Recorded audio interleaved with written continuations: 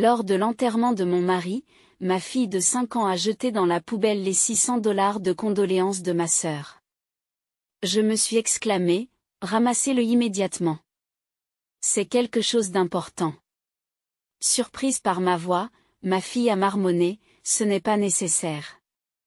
Les larmes lui montent aux yeux. Je rétorque, ce n'est pas possible. Dans ce cas, papa veut que tu vérifies le contenu. Même si mon mari n'était plus de ce monde, pourquoi ma fille disait-elle de telles choses? À ce moment-là, je me suis souvenu de quelque chose. Se pourrait-il qu'elle l'entende à nouveau? Rapidement, j'ai ramassé l'argent des condoléances, tout en gardant mon calme. Après le départ de tout le monde, j'ai ouvert l'enveloppe, et ce que j'ai vu était incroyable. Je m'appelle Olivia Brown et je suis une infirmière de 31 ans. J'ai une sœur qui s'appelle Elsa, et nous nous disputons depuis l'enfance. Elsa semble me détester pour diverses raisons et profite de chaque occasion pour me harceler lorsque nos parents ne sont pas là. Je me souviens d'une fois où je lui ai demandé la raison de son comportement et elle m'a répondu, « Tu m'as enlevé papa et maman ». Nos gentils parents nous traitaient tous les deux sur un pied d'égalité, mais il semble que cela n'ait pas suffi à Elsa.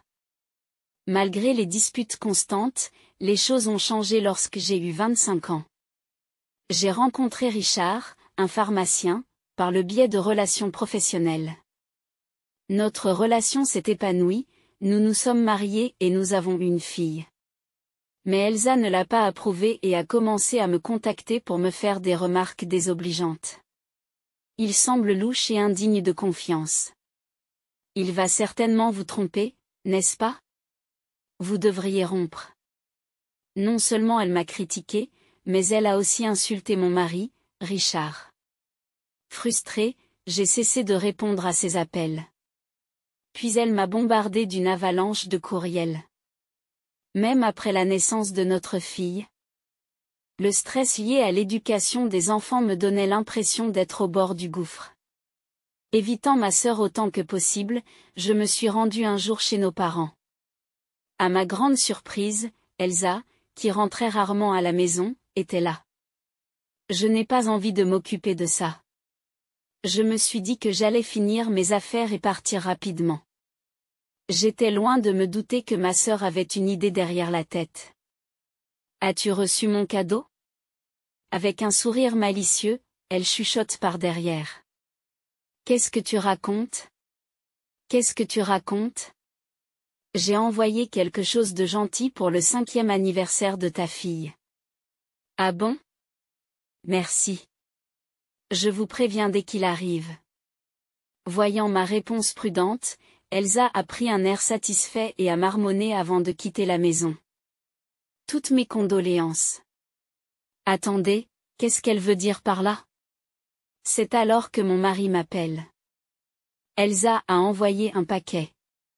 On dirait un cadeau d'anniversaire pour Emma. Elle n'a rien envoyé depuis 5 ans. Richard avait raison. Ma sœur n'avait jamais rien envoyé pour l'anniversaire d'Emma ni pour aucune autre occasion depuis sa naissance il y a 5 ans. Mais il y avait quelque chose de troublant dans le comportement récent d'Elsa. N'hésitez pas à le jeter si c'est quelque chose d'étrange. Je l'ai dit à mon mari. Il a ouvert le paquet et a dit, on dirait des pâtisseries de luxe d'une célèbre boulangerie. Pendant un moment, j'ai pensé que j'exagérais, mais quelque chose me tracassait. Ma sœur aurait-elle vraiment envoyé de telles friandises à Emma? Perdue dans mes pensées, je suis restée silencieuse, écoutant les voix à l'autre bout du fil. Mon mari gronde Emma. Rends-le-moi. Puis la voix aiguë d'Emma a repris le dessus. Mais je ne peux pas manger ça.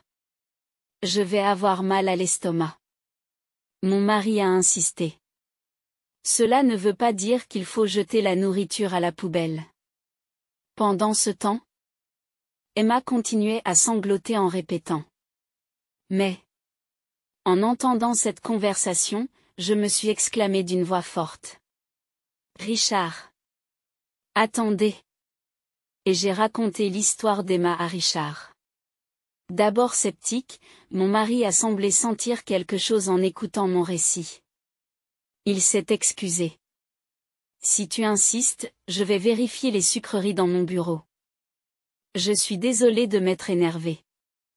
L'humeur d'Emma s'est améliorée après ses excuses, et elle a ajouté joyeusement. Ce n'est pas grave, mais d'habitude, je prends bien soin de ma nourriture. En entendant leur conversation au téléphone, je me suis sentie soulagée et j'ai mis fin à l'appel. Plus tard dans la soirée, Richard m'a révélé une vérité étonnante. Lorsque je l'ai fait vérifier à l'hôpital universitaire, il s'est avéré que les pâtisseries contenaient un puissant laxatif. Je suis restée bouche bée. Vous êtes sérieux? Quelqu'un a dû l'injecter sans ouvrir l'emballage. J'ai frissonné en pensant à Emma qui aurait pu les manger. Richard me rassure. Nous n'avons rien remarqué. La vigilance d'Emma nous a sauvés. Je suis d'accord. Si ma sœur sent autre chose, débarrassons-nous sans l'ouvrir. Rempli de peur et de colère devant le comportement anormal d'Elsa, je l'ai immédiatement contactée. Pourquoi avez-vous envoyé quelque chose comme ça? Oh, il est bien arrivé. Comment était-il? Impressionnant, n'est-ce pas? Qu'est-ce que tu veux dire par là? Je n'ai pas mangé ces pâtisseries. Tu es allé trop loin. Réalisant que son plan a échoué à cause de mes paroles, Elsa marmonne. Honnêtement, tu m'as toujours agacé. Tu devrais devenir encore plus malheureux. Puis elle raccroche brusquement le téléphone. A-t-elle encore l'intention de faire du mal à Emma? Terrifiée par les paroles de ma sœur, j'ai discuté avec Richard et décidé d'accorder la priorité à la sécurité de notre fille en aménageant nos horaires de travail. Nos journées étaient loin d'être joyeuses car nous vivions prudemment. Ne pouvant pas sortir le week-end et gardant les rideaux tirés jour et nuit. Que Elsa le sache ou non, elle n'avait pas envoyé un seul appel téléphonique ou un seul courriel, me laissant me demander si elle n'avait pas complètement abandonné. En un clin d'œil, 4 mois se sont écoulés depuis l'incident des pâtisseries. Par une chaude nuit d'été où j'avais un peu baissé la garde, je me murmurais à moi-même en mettant Emma au lit. Ces derniers temps, Elsa est calme et nos journées sont paisibles. Juste à ce moment-là, mon téléphone a sonné fort, c'était l'hôpital qui m'appelait pour m'informer que mon mari avait été transporté aux urgences. Ils m'ont dit qu'il était dans un état critique. J'ai immédiatement pris Emma et je me suis rendue à l'hôpital où il avait été emmené.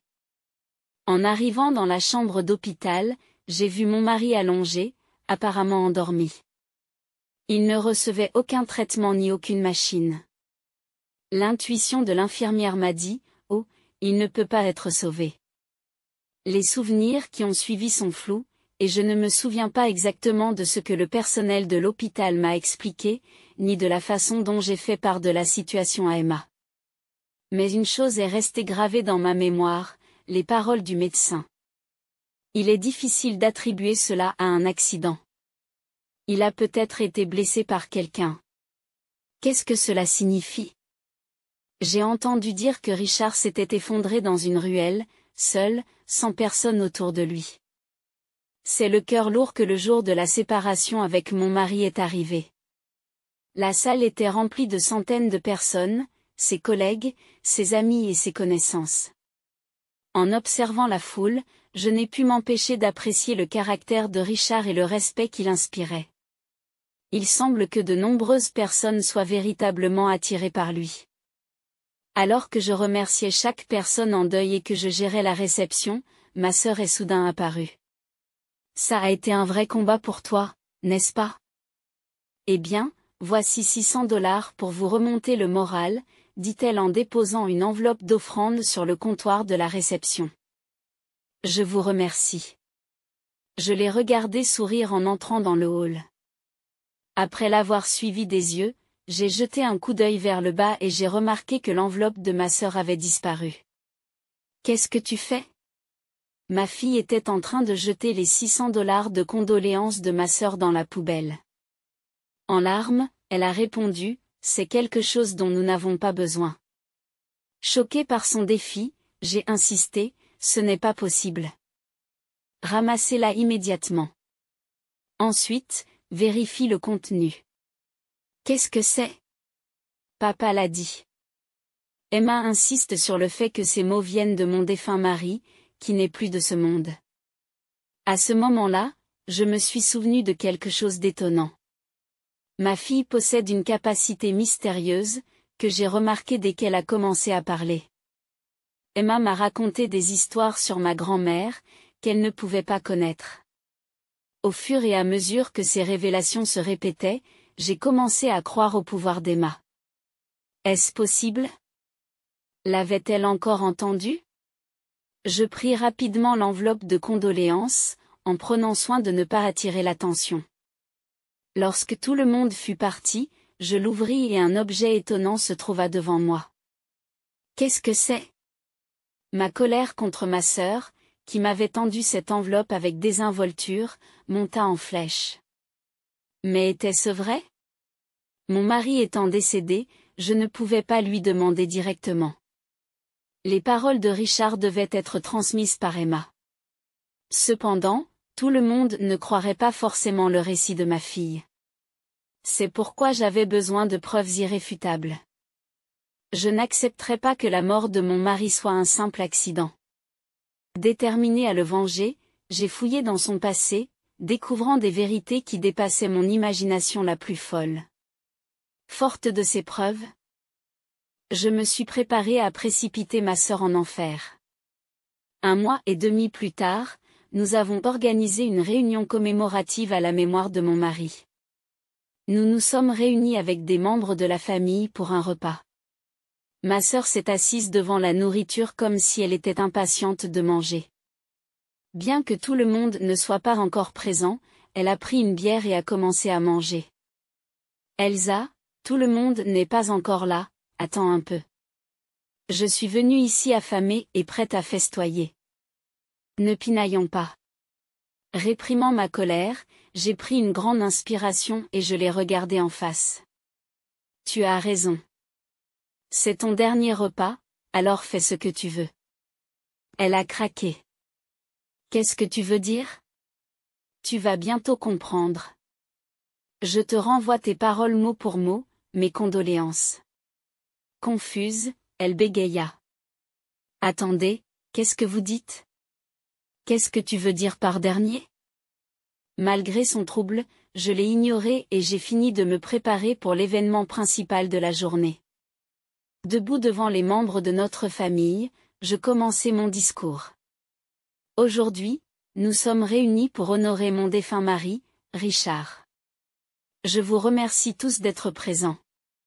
Alors que j'exprimais ma gratitude à toutes les personnes présentes, certains membres de notre famille ont essuyé des larmes, se souvenant peut-être de lui dans la fleur de l'âge. Au milieu de tout cela, ma sœur continuait à dévorer son repas comme une hyène affamée. Aujourd'hui, en plus de la réunion commémorative, nous sommes réunis pour atténuer les regrets persistants de mon mari, annonçai-je. Elsa, qui était plongée dans son repas, s'est soudain figée à mes mots. Richard a été retrouvé effondré dans une ruelle après une soirée arrosée liée à son travail. La cause est un coup violent à l'arrière de la tête. La salle est devenue silencieuse tandis que tout le monde absorbait cette information. C'est alors que la voix aiguë de ma sœur a surgi de nulle part. Tu joues les détectives maintenant? Sérieusement, Richard a probablement glissé dans les escaliers alors qu'il était ivre et s'est cogné la tête. Tu n'es pas en train de suggérer que quelqu'un d'autre a fait ça, n'est-ce pas? Ma sœur, jusque-là silencieuse, s'est soudain lancée dans un monologue rapide. Au début, je pensais moi aussi qu'il s'agissait d'un accident. Mais le jour de l'enterrement, j'ai reçu quelque chose qui a éveillé mes soupçons. J'ai allumé mon ordinateur et j'ai projeté la lettre du billet de condoléances que ma sœur avait laissé ce jour-là. L'écran affiche la phrase répétée. Ne prenez pas Richard. Ne faites pas de lavage de cerveau à Richard. Jetez-vous en enfer. Jetez-vous en enfer. Jetez-vous en enfer. Au milieu de l'atmosphère sinistre, mes proches sont restés abasourdis par le texte inquiétant. Cependant, ma sœur m'a jeté un regard d'une férocité qui aurait pu transpercer l'acier. C'est bien cela, cette femme a volé mon Richard. Cette femme a volé mon Richard. Nous sortions ensemble. Voleuse. S'est-elle exclamée. J'ai répondu calmement, non, ce n'est pas vrai. Mon mari n'a jamais eu de relation avec toi. Sans se décourager, ma sœur a continué, mensonge. Richard et moi étions amants. Nous avions même promis de nous marier. C'est toi qui l'as arraché. Ignorant ces crises persistantes, j'ai projeté un cahier sur l'écran.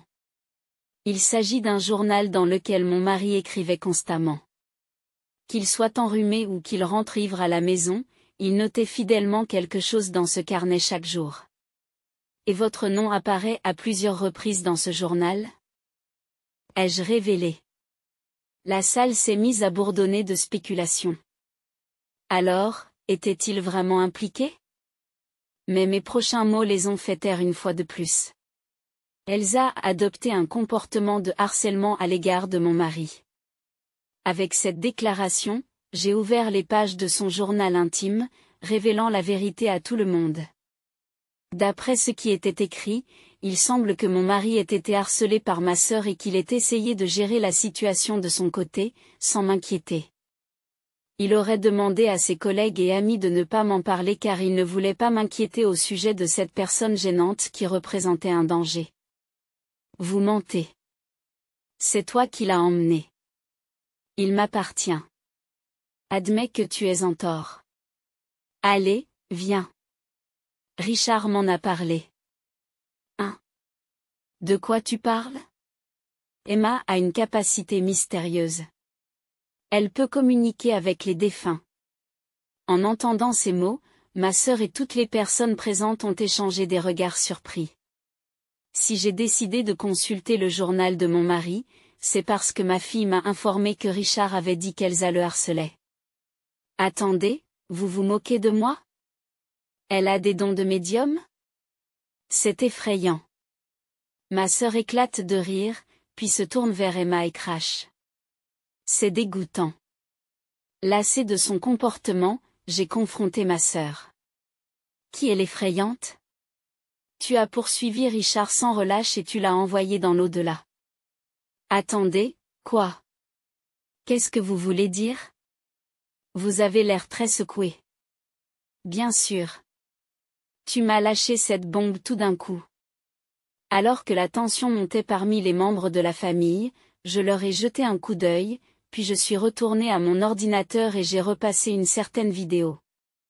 Il s'agissait de l'enregistrement, sur le smartphone de mon mari, d'une conversation où mon mari avait été convoqué par ma sœur le jour de son décès. Il s'est senti en danger et a donc secrètement enregistré la vidéo pour ne pas alerter ma sœur. De plus, la vidéo montre clairement Elsa poussant mon mari dans les escaliers. Non, non, arrêtez. Effacez-la. C'est une preuve. Pourquoi? Son téléphone a été brisé. Comment? Le téléphone de mon mari était brisé à côté de lui, l'écran en morceaux. Cependant, d'une manière ou d'une autre, les données à l'intérieur ont été récupérées. Je pensais qu'il n'y avait aucune chance qu'elle soit découverte.